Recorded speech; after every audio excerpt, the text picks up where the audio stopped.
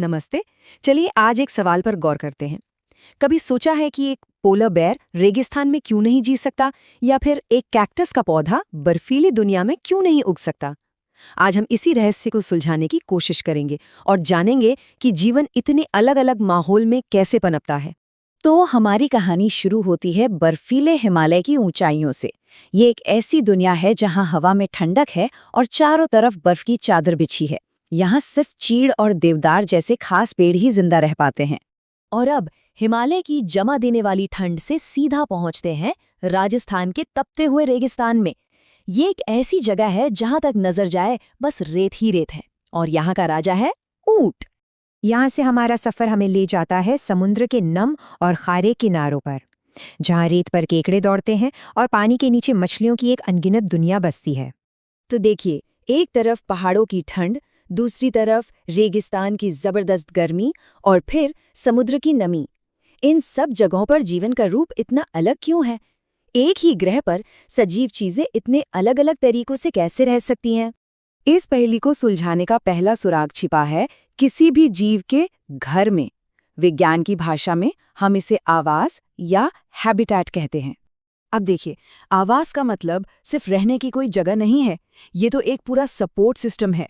ये किसी भी जीव को खाना, पानी, हवा और सुरक्षा, मतलब जिंदा रहने के लिए जो भी चाहिए वो सब कुछ मुहैया कराता है। हर आवास में आपको दो तरह की चीजें मिलेंगी। एक तो है सजीव, जिन्हें हम जैव या बायोटिक कहते हैं, जैसे पेड़ पौधे और जानवर। और दूसरी तरफ है निर्जीव, जिन्हें अजैव या एबायोटिक कहा जाता है, जैसे चट्टानें, मिट्टी और सूरज की रोशनी। जीवन इन दोनों के तालमेल से ही चलता है। लेकिन सवाल ये है कि जीव अपने माहौल के इन मुश्किलों से, मतलब कभी बहुत ज्यादा गर्मी तो कभी जमा देने वाली ठंड से, निपटते कैसे हैं? आखिर वो जिंदा कैसे रहते हैं? और यहीं पर आता है असली राज, जिसे कहते हैं अनुकूलन। ये एक कमाल की प्रक्रिया है जो हजारों सालों तक चलती है। इसमें कोई भी प्रजाति अपने माहौल में ढलने के लिए कुछ खास शारीरिक बनावट या आदतें अपना लेती है। एक तरह से कह सकते हैं कि वो अपने सुपर पावर्स विकसित कर लेती है। चलिए अब इन सुपर पावर्स को एक्शन में देखते हैं कुछ मजेदार मिसालों के साथ। तो सबसे पहले बात करते हैं दो ऐसे जानवरों की जो बिल्कुल अलग अलग दुनिया में रहते हैं। एक है ऊंट और दूसरी है मछली। ऊंट को देखिए, वो तो रेगिस्तान में जीने के लिए ही बना है। इसकी लंबी लंबी टांगें शरीर को तपती रेत से ऊपर रखती हैं। कमाल की बात तो यह है कि इसे पसीना भी नहीं आता और ये बहुत कम पानी बाहर निकालता है। इसीलिए तो ये कई कई दिनों तक बिना पानी पिए आराम से रह लेता है। और अब मछली को देखिए, इसका शरीर पानी में रहने के लिए एकदम परफेक्ट है। इसका जो स्ट्रीमलाइंड आकार है, उससे ये पानी में तेजी से तैर पाती है।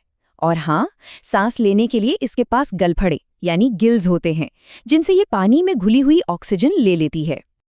और बात सिर्फ जानवरों की नहीं है, रेगिस्तान में पौधों ने भी कमाल के तरीके अपनाए हैं।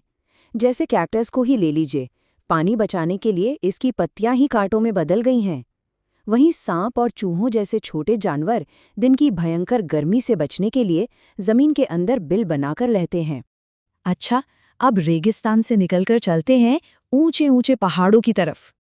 यहाँ पहाड़ों में हिम तेंदुए जैसे जानवरों को देखिए। कड़ाके की ठंड से बचने के लिए कुदरत ने इन्हें एक मोटा सा फर वाला कोट दिया है।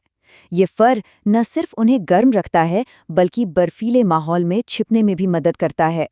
ठीक इसी तरह याक के शरीर पर भी बहुत लंबे लंबे बाल होते हैं। ये बाल भी एक तरह का नेचुरल जैकेट है जो उन्हें बर्फीली हवाओं से बचाते हैं। और पहाड़ी बकरियों के बारे में क्या कहना? उनके मजबूत खुर होते हैं। ये एक ऐसा शानदार अनुकूलन है जिसकी मदद से वो खड़ी चट्टानी ढलानों पर भी बड़ी आसानी से दौड़ लेती हैं। चलिए अब आखिर में चलते हैं घास के मैदानों में। यहाँ अनुकूलन का एक अलग ही खेल चलता है, शिकारी और शिकार के बीच एक जबरदस्त मुकाबला। इस मुकाबले को समझने के लिए शेर और हिरण का उदाहरण लेते हैं। इन दोनों के अनुकूलन एक दूसरे की वजह से ही विकसित हुए हैं, जैसे एक दूसरे को मात देने की कोई रेस चल रही हो। यहाँ हर चाल का एक जवाब है। देखिए, शेर की आंखें चेहरे पर सामने की तरफ होती हैं ताकि वो अपने शिकार की दूरी का ठीक ठीक अंदाजा लगा सके। तो वहीं हिरण की आंखें सिर के दोनों तरफ होती हैं ताकि वो दूर दूर तक देख सके और किसी भी तरफ से आने वाले खतरे को भांप ले। शेर का हल्का भूरा रंग उसे सूखी घास में छिपने में मदद करता है, तो हिरण की बेमिसाल रफ्तार उसे भाग निकलने का मौका देती है। मतलब साफ है, एक बना है शिकार करने के लिए तो दूसरा बचने के लिए। तो इन सब उदाहरणों से हमें क्या पता चलता है? जब हम पूरी तस्वीर को एक साथ देखते हैं तो क्या समझ आता है?